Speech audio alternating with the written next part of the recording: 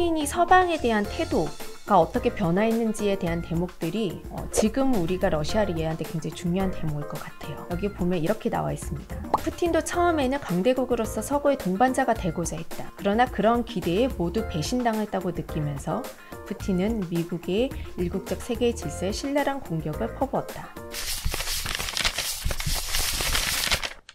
김보경의 책 읽을 결심입니다. 오늘 여러분들과 함께 역사책 하나를 읽어보려고 합니다. 바로 지금 한창 뜨거운 전쟁인 우크라이나 러시아 전쟁과 관련해서 러시아란 나라는 어떤 나라인지 우리에게 알려주는 책, 짧고 굵은 러시아 역사라는 책입니다.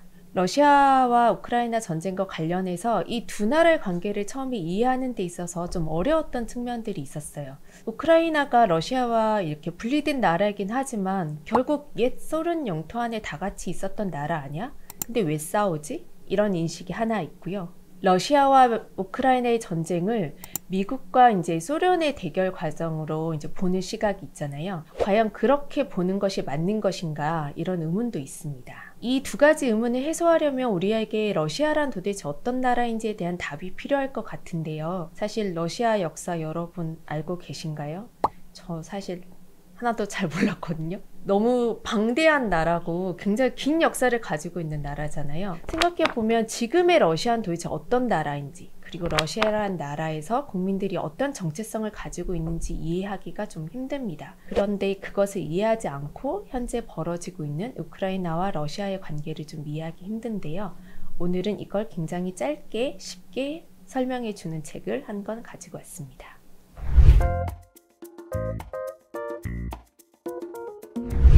이 마크 갈리오티는 러시아의 역사를 이야기하는 데 있어서 두 가지 축을 제시합니다. 이 두 가지 축을 가지고 읽으면 그 방대한 러시아의 역사를 한눈에 깰 수 있다는 거죠. 하나는 러시아가 조각보 나라라는 정체성이고요. 하나는 러시아가 자신들의 과거를 계속 다시 쓰기를 하는 나라라는 점입니다. 조각보라고 하니까 바로 이해가 되시죠? 굉장히 이질적인 것 같고 다른 무늬를 가지고 있는 천들이 이렇게 모였는데 하나의 이불을 만들잖아요. 근데 그게 또 묘하게 하나의 통일성이 있죠. 유럽만 봐도 유럽에도 이민자들이 굉장히 많이 들어가면서 그 나라의 역사들이 형성하잖아요. 그래도 이렇게 주류적인 민족국가적인 정체성이 있습니다. 러시아의 역사는 좀 그렇지 않다는 점이 특징이라고 이 책은 얘기하고 있습니다. 슬라브 민족이라는 민족국가 정체성도 있지만 무엇보다 유럽에서 들어온 많은 영향들을 그냥 그대로 막 이렇게 쑥 흡수한다는 거예요. 그게 굉장히 이제 러시아의 독특한 정체성이라고 얘기를 하는데요. 몇 가지 사례들이 있습니다. 일단 러시아의 언어가 그런데요. 제가 러시아를 잘 하지는 못하는데 러시아 단어 중에 이제 기차역을 뜻하는 단어가 보크자리라는 건데요. 그게 바로 무슨 뜻이냐면 영국 런던에 있는 복스홀이라는 이제 기차역이 있어요. 19세기의 러시아 사절단이 근대 문명을 이렇게 받아들이려고 이제 영국을 갑니다. 거기서 복스홀 기차역을 보고 복스홀이 바로 기차역을 뜻하는 말이구나 이렇게 오해한 거예요. 그래서 그 말이 그대로 들어와서 러시아에서 기차역이 그냥 보크자리 된 거죠. 두 번째 축은 러시아가 자기의 역사를 새롭게 써내려가는 과정에 굉장히 집중하는 나라라는 겁니다. 러시아가 자신들의 현재 그리고 미래를 위해서 과거의 역사를 다시 쓴다. 이 말을 들으면서 저는 중국의 동북공정이 좀 떠올랐거든요. 그러니까 만주의 역사나 또는 요동의 역사를 마치 그 중국 한민족의 역사인 것처럼 이렇게 가져오잖아요. 러시아도 이제 그 정도는 아니지만 자신들의 역사에서 어떤 부분들을 해석할 때 있어서 자신들이 강대국임을 증명하기 위해서 역사를 자기들의 입맛에 맞게 강조하는 측면이 있다고 이야기를 합니다. 근데 그걸 이해하면서 이 책을 읽으면 굉장히 재미있어요. 러시아 사람들이 자신들의 선조들을 어떻게 인식하는지 이런 것들을 이렇게 이해하다 보면 러시아가 지금 가지고 있는 강력한 패권적 성격이 어디서 오는 것인가 이것도 이해할 수 있습니다.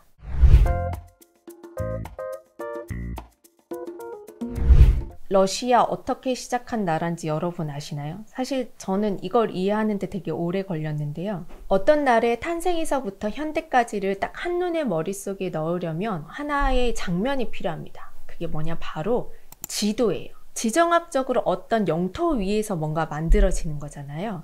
러시아는 동슬라브라고 얘기되는 지역에서 이제 시작을 했는데요. 그러니까 여러 개의 부족들이 이제 누군가를 침략하기도 하고 누군가는 또 다시 뭐 서력전을 하기도 하고 이렇게 자충우돌하고 있었는데요. 딱 지배하게 된 큰 세력들이 누가 등장하냐면 바로 바이킹족입니다.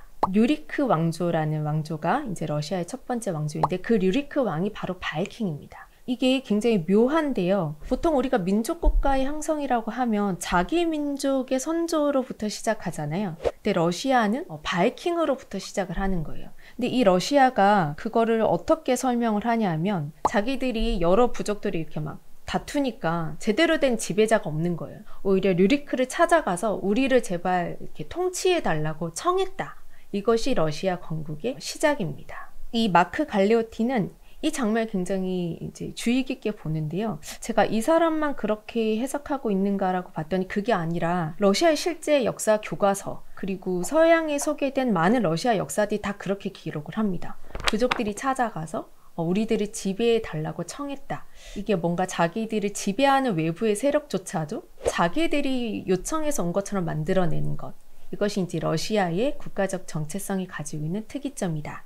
이것을 지적하고 있습니다. 그 뒤로 이제 러시아는 이제 12세기부터 17세기까지 이제 류리크 왕조가 이제 지배를 하게 되고요. 키예프로 수도를 옮기면서 나라가 점점 확장을 합니다. 굉장히 유명했던 블라디미르 대공이 이 나라를 전체를 이제 통치하려면 통일된 이념이 필요하잖아요. 그래서 받아들이는 것이 바로 기독교입니다. 그리스 정교회를 받아들여서 러시아의 종교를 기독교로 이렇게 공식적으로 선포를 하게 됩니다.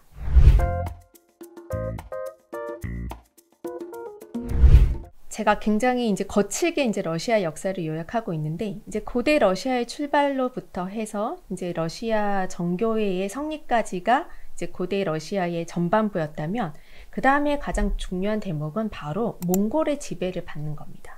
여러분 몽골이 정말 대단한 나라여서 검색을 해보시면 몽골의 침략을 안 받은 유럽의 나라들이 없잖아요. 정말 징기스칸의 군대가 엄청난 힘을 발휘해서 대륙을 쓸고 지나갑니다. 당연히 러시아도 그 폭풍을 피해갈 수 없었고요. 정말 재밌었던 거는 러시아가 정말 큰 나라잖아요. 이 거대한 나라를 통째로 지배했던 유일한 세력이 바로 몽골이라는 겁니다. 그래서 이 지배 기간이 굉장히 혹독하고 또 길었어요. 그래서 러시아 역사에서는 이걸 타타르의 굴레라고 하는 표현을 쓰거든요. 굉장히 많은 도시들이 이 타타르 세력들에게 지배당했고 그리고 그 도시들이 타타르 세력들에게 때로는 협조하고 때로는 저항하면서 러시아의 민족국가의 정체성을 확립해 갔다 이런 얘기를 살펴볼 수 있습니다. 이 몽골의 지배가 이제 중요한 측면이 두 가지가 있는데요.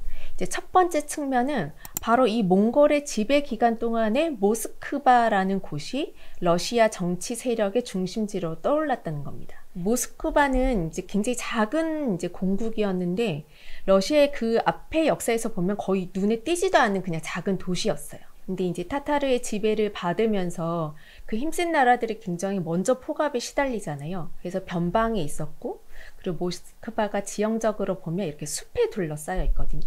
그래서 이제 몽골의 침략으로부터 간섭을 좀 덜 받았던 거죠. 그래서 여기에서부터 힘을 기르면서 굉장히 긴 세기에 걸쳐서 저항하게 되고 그 과정에서 모스크바를 중심으로 해서 러시아의 민족국가가 형성이 됩니다.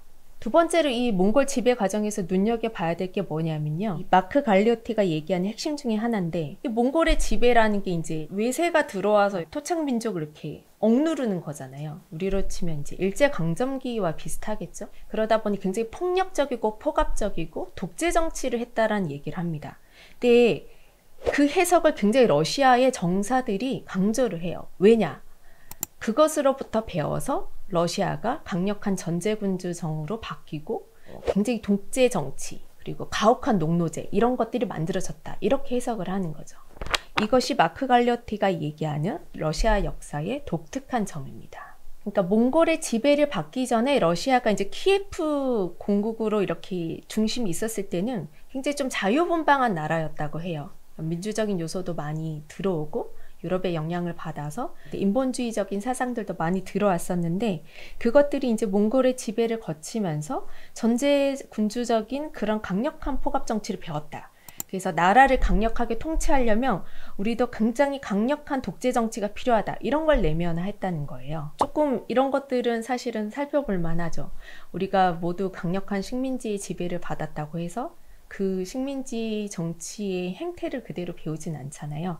하지만 러시아는 그것이 민주적이냐 아니냐 이게 중요한 게 아니라 강력한 국가를 유지하기 위해서는 저렇게 강력한 지배가 필요하다라는 것을 배웠고, 그것이 이후에 러시아가 다른 유럽의 나라들처럼 입헌군주제라든가 민주적인 요소를 도입한 나라로 가지 않고 막강한 차르의 권력이 유지되는 나라, 농노들이 사람이라고 할 수 없는 삶을 살게 되는 그런 나라로 갈 수밖에 없었던 이유라고 얘기하는 거죠. 조금 과하게 필요하면 좀 남 탓하는데 이제 좀 강한 나라? 근데 그 남 탓을 왜 하느냐? 우리가 강대국이 되기 위해서라면 어쩔 수 없었어. 이런 것들이 러시아의 역사에 다시 쓰기라는 한 대목이라는 걸 이 책이 이야기해주고 있습니다.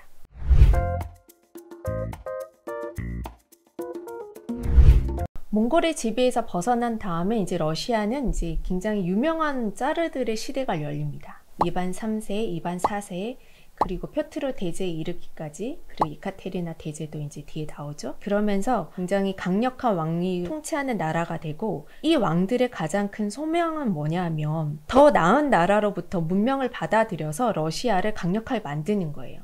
러시아의 이후의 역사에 보면 이제 표트르 대제나 에카테리나 대제를 보면 유럽의 문화를 받아들이는데 굉장히 적극적입니다. 그것들이 이제 러시아의 그 뒷부분에 얘기해 되는 화려한 시대를 열었고요. 러시아에 여행을 가면서 보게 된 이제 화려한 역사적 유물들은 다 이 시기에 만들어진 유산들입니다. 그리고 이제 여러분들이 잘 아시는 드디어 러시아 혁명이 일어납니다. 실제로 유럽을 따라잡기 위한 노력들을 많이 했지만 그렇게 폭압적인 나라가 오래 유지되긴 힘들잖아요. 그래서 결국은 사회주의 이제 혁명이 일어나고 레닌에 의해서 새로운 소비에트 국가가 출발합니다. 요 짧고 굵게 있는 러시아 역사에서 재미있는 부분은 그 러시아 혁명에 대한 부분은 아니에요. 그러니까 러시아 혁명은 사실은 조금 간략하게 넘어가고 그 뒤에 있었던 이제 스탈린의 정치, 그리고 옐친, 고르바초프 이런 사람들의 개혁 정치들이 어떻게 시도되고 어떻게 또 실패했는지 이런 얘기들이 이렇게 쭉 펼쳐집니다. 러시아가 이제 소련으로 이름을 바꾸고 벌어진 일들을 해석할 때에도 러시아의 어떤 국가 정체성과 이제 동일하게 볼 수 있는 장면이 꽤 많아요.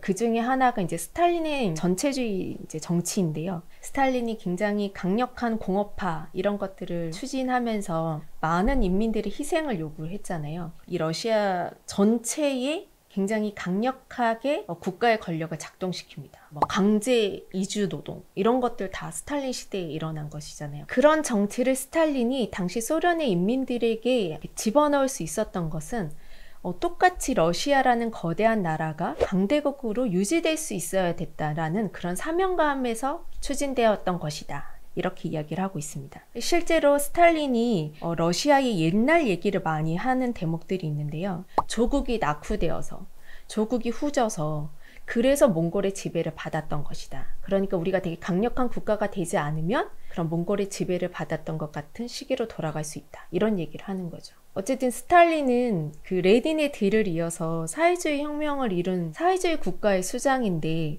이럴 때 보면은 굉장히 민족주의 국가의 간을 굉장히 강하게 가진 사람이란 걸 알 수 있잖아요. 스탈린만이 아니라 고르바초프의 개혁도 마찬가지입니다. 이 거대한 국가를 하나로 유지하기 위해서는 더 나은 국가가 되어야 된다. 이렇게 강박이 있었고, 그것들이 소련의 지도자들을 어떻게 사로잡았는지, 그것이 성공하지 못했을 때 러시아의 국민들에게 어떤 실망감을 안겨주었는지를 설명하고 있습니다.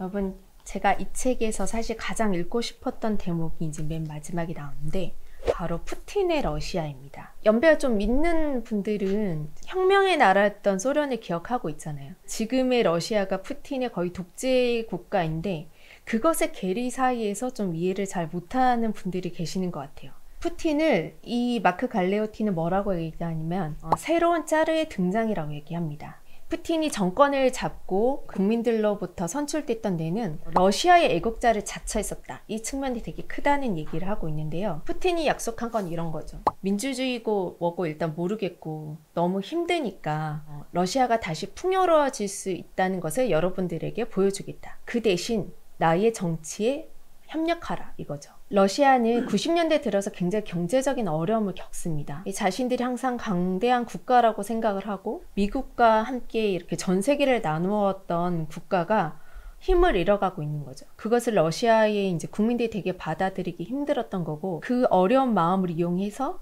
푸틴이 이제 지배를 하게 되는 과정이 여기 설명되어 있습니다. 그러니까 푸틴은 이렇게 생각했다는 것 같아요. 그러니까 내가 일단 국민들을 잘 살게 해주면 그것이 좀 민주적이지 않은 방법을 동원한다고 하더라도 국민들이 받아들일 거다, 이런 생각이 있었고, 서방과의 관계에서도 그런 생각을 했다고 나옵니다. 푸틴이 서방에 대한 태도 가 어떻게 변화했는지에 대한 대목들이 지금 우리가 러시아를 이해하는데 굉장히 중요한 대목일 것 같아요. 여기 보면 이렇게 나와 있습니다. 푸틴도 처음에는 강대국으로서 서구의 동반자가 되고자 했다. 서구 기업의 러시아 진출을 독려하고 미국이 벌이는 테러와의 전쟁을 지원하면서 서구도 러시아를 인정하고 존중할 것이라고, 러시아의 국내 상황도 눈 감아 주리라고 생각했다. 그러나 그런 기대에 모두 배신당했다고 느끼면서 푸틴은 미국의 일국적 세계 질서에 신랄한 공격을 퍼부었다.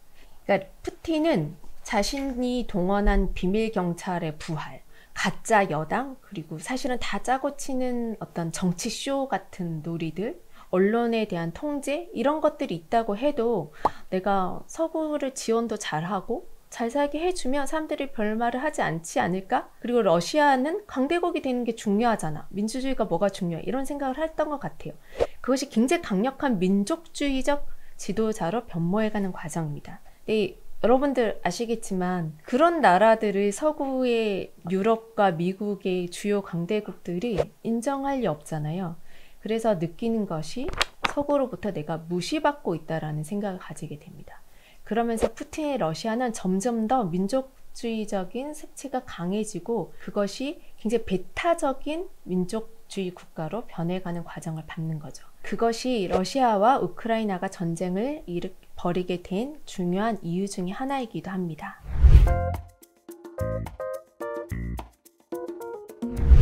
푸틴이 민족주의 노선을 채택하면서 세 가지 큰 일을 해내는데요. 그것이 바로 러시아의 비전을 만들어내는 것입니다.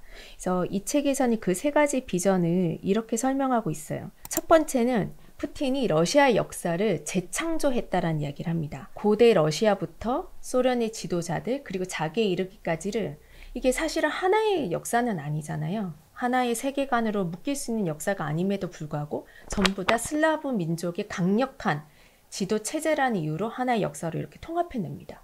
그래서 이것이 사실 러시아를 이해하는 굉장히 많은 오해를 낳고 있는 것 같아요. 제가 이 책을 통해서만이 아니라 다른 책을 통해서도 읽어보면 사실 러시아의 역사라는 게 그렇게 거대한 나라와 거대한 시기가 다 하나의 힘이 착착착 성장하는 과정이 아니잖아요. 근데 그렇게 이제 이해되기 시작한 것은 푸틴의 어떤 국가 비전 만들기가 만들어낸 산물이다, 이렇게 이해할 수 있습니다. 두 번째로 푸틴이 만들어낸 러시아의 비전은 러시아는 침략국이 아니라 수호자라는 겁니다. 이번 우크라이나 러시아 전쟁을 이제 설명하는 러시아의 이제 언론들이나 푸틴의 언사를 보면 알 수 있는데요. 우리는 러시아가 우크라이나를 침공했다고 생각을 하잖아요. 근데 푸틴은 그렇게 생각하지 않고 러시아라는 거대한 나라 안에 이미 우크라이나는 있었고 거기에 미국이 나토의 이제 가입 이런 것들을 이렇게 끌어당기면서 오히려 자신들을 침략했다고 얘기를 하는 거죠. 그래서 우크라이나 러시아 전쟁은 이 러시아라고 얘기되는 어떤 슬라브 계열의 공동체를 방어하는 전쟁이지 누군가를 침략한 전쟁이 아니라는 얘기를 많이 합니다. 이런 푸틴의 관점은 첫 번째로 얘기했던 러시아 역사 다시 쓰기를 통해서 더 강화됩니다. 러시아 역사에서 분명 러시아가 다른 곳들을 침략한 예들도 있을 텐데 그런 것이 아니라 슬라브 민족 공동체를 다 지키기 위해서 한 일이었다는 식으로 역사를 다시 정립합니다. 세 번째로 푸틴이 얘기하는 거는 러시아는 유럽의 국가도 아니고 그렇다고 유라시아의 혼종 국가도 아니라는 거예요. 여러분, 러시아는 유럽에 가까운 나라일까요? 유럽 사람들은 일단 아니라고 할 것 같죠. 그러면 러시아는 아시아에 가까운 나라일까요? 아시아 사람들은 아니라고 얘기를 할 거예요. 근데 이것을 그냥 푸틴이 이 정서를 굉장히 잘 이용을 해서 그냥 우리는 그냥 러시아야. 그리고 이 관점이 어디까지 나아가냐면 지금의 유럽이 잃어버렸던 유럽다움을 가지고 있는 나라라는 이야기로도 넘어갑니다. 그래서 푸틴의 러시아의 이제 중요한 이데올로기 중에 하나가 유럽은 기독교 전통 잃어버렸다는 거예요. 정교의 신앙이 오히려 그리스도교의 진정한 형태고 그건 러시아에만 남아있다, 이런 얘기도 많이 하고요. 그 러시아가 굉장히 보수적인 나라잖아요. 사회적인 보수주의도 원래는 유럽적 가치였는데 유럽이라는 국가들이 포스트 모던이나 이런 영향을 받으면서 그 자기의 본래의 가치를 잃어버렸는데 러시아는 그것을 가지고 있다. 우리야말로 유럽이 잃어버린 그 원형을 가지고 있는 나라이다, 이런 이야기까지 하고 있습니다.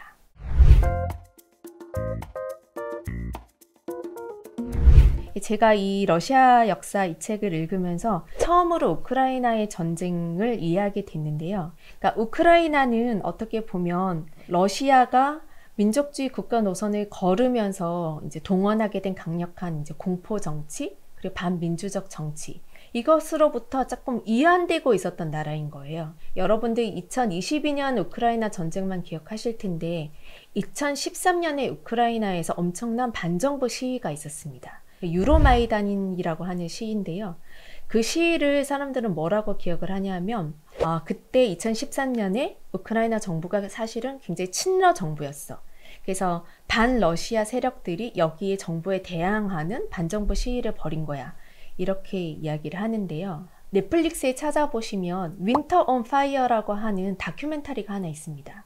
2013년에 있었던 90일 넘게 이제 진행됐던 그 민중 시위를 다룬 다큐멘터리인데요. 그걸 보시면 그게 친러와 반러의 대립 이런 것이 아니라 실제로 우크라이나의 젊은이들은 훨씬 더 자유로운 문화를 원했던 거예요. 이 시대 20대들은 다 이제 트위터하고 페이스북하고 스마트폰으로 전 세계가 연결되어 있습니다. 서구의 훨씬 더 자유로운 문화에 이제 많이 접했을 것이고요. 그러니까 친러시아 정부가 보여주는 보수적인 문화에 대해서 반발할 수밖에 없었겠죠. 그리고 자신들의 국가가 어떤 국제 정세적인 입장을 취할 것인지를 자기들과 함께 결정해 주기를 원합니다. 그래서 2013년에 있었던 우크라이나 시위는 학생 시위로부터 시작을 하는 거예요.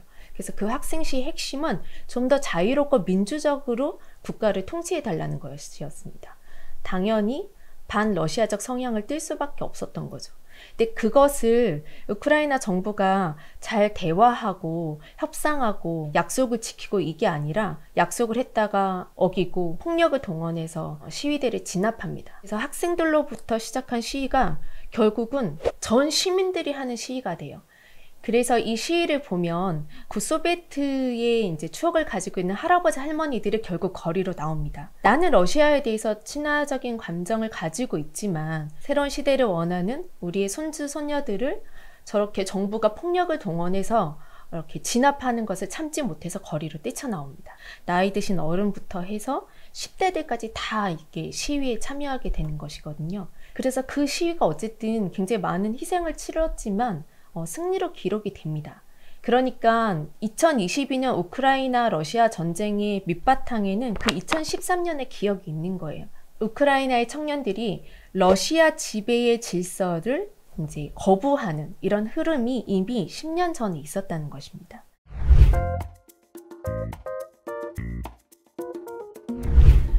이제까지 짧고 굵게 읽는 러시아 역사를 더 짧고 굵게 압축해서 여러분들과 함께 훑어보았습니다. 이 짧고 굵게 읽는 러시아 역사 이 책의 장점이 결국은 여기에 있는 것 같아요. 첫 번째, 불과 230페이지짜리 책으로 러시아 역사를 압축해서 읽을 수 있다.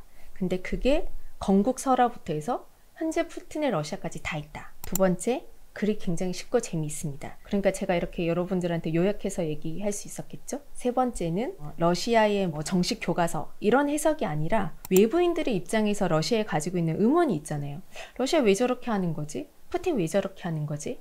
이런 의문들에 대한 답을 제시하면서 읽게 만든다. 이 책이 이런 장점을 가지게 된 데는 이 저자 마크 갈리오티라는 사람의 이 이력이 되게 중요한데요. 마크 갈리오티는 런던에 있는 연구자입니다. 슬라브 문화 동유럽에 대한 이제 강의를 하는 사람이고 뉴욕 대학교에도 있었는데요. 이렇게 이야기하시면 여러분들 바로 딱 이해가 되실 거예요. 올해 러시아에서 입국을 불허한 29명 영국인이 있었습니다. 그 중에 한 명이 마크 갈리오티입니다. 마크 갈리오티는 연구자이기도 하지만 또 동시에 전쟁 범죄에 대한 연구자이기도 하거든요. 그래서 역사학자이지만 현재 이제 전 세계에 벌어지고 있는 다국적 범죄에 대한 연구도 하고 그것과 관련해서 이제 칼럼에 기고도 하는 이런 사람이죠. 마크 갈리오티가 이제 박사 논문을 뭘로 받았는지를 보면은 러시아에 대한 이 사람의 관점을 바로 느낄 수 있는데요. 바로 아프간 전쟁이 소련에 미치는 영향을 가지고 박사 논문을 썼습니다. 나 러시아 좀 안다라고 하는 사람들 소련 왜 망했어요? 그러면 다 아프간 전쟁 잘못 개입해서 그렇다 이렇게 바로 얘기를 하잖아요. 이제 그렇게 러시아의 흥망성쇠를 이제 국제 정치학적인 입장에서 이렇게 잘 들여다본 연구자이고요. 그래서 현재 푸틴의 러시아의 입장에서 보면 이 같은 연구자들이 굉장히 눈에 가실 것 같아요. 그러니까 러시아의 좋은 측면만 이제 얘기하고 싶은데 러시아라는 국가가 가지고 있는 어두운 측면들, 부정적인 측면들에 대해서도 연구하고 있다는 점이 이 사람에 대해서 입국 금지도 내리게 했을 거라고 생각되는데요. 그럼에도 불구하고 이 책은 러시아를 부정적으로 이야기하고 있는 책이 아닙니다. 오히려 러시아에 대해서 우리가 외부인으로서 가지는 의문점이 있잖아요. 푸틴은 어쩜 저렇게 장기 독재를 할 수 있는 거지? 러시아라는 그 광대한 나라에서 정말 수많은 나라들이 서로 모여서 어떻게 저렇게 길게 제국을 형성할 수 있었던 거지? 이런 의문들이 있잖아요. 그것들을 외부인의 시선에서 이렇게 명쾌하게 답을 해주는 그런 장점이 있습니다. 짧고 굵기 있는 러시아 역사. 이 책이 맨 마지막 결론을 읽다 보면 이 우크라이나의 시민들이 지금 가지고 있는 반러시아 정서가 러시아 안에도 일어날 수 있겠다라는 생각을 하게 됩니다. 러시아인들이 미래에 원하는 바가 무엇인지 설문조사를 해보면 강한 국가 권력인 안보는 한참 아래쪽이라는 점을 주목할 필요가 있다. 그들은 풍요로운 삶, 언론 자유, 결사 및 저항의 자유를 원한다. 부패가 청산되고 사회가 재편될 때 의미 있는 기여를 하고 싶다는 의견도 많다. 이것이 서구에서는 당연하게 여겨지는 가치들이다. 러시아와 우크라이나 전쟁을 이해할 때, 그리고 러시아라는 나라를 이해할 때 우리가 예전에 가졌던 미국과 러시아의 어떤 그 경쟁 관계, 이렇게만 이해하면 놓치는 것들이 많은 것 같아요. 오히려 지금의 러시아가 자신들의 강력한 국가적 정체성을 유지하기 위해서 동원하고 있는 이데올로기가 뭔지, 그리고 지금의 러시아 지배자들이 어떤 논리로 이 사람들과 함께 러시아를 유지하려고 하는지, 이런 것들을 이해하는 게 훨씬 더 중요하다는 생각이 드는데요. 거기에 대해서 기존의 교과서 같은 해석이 아닌, 그리고 외부자들의 눈에서도 쉽게 이해할 수 있게 만든 책, 짧고 굵게 있는 러시아 역사였습니다.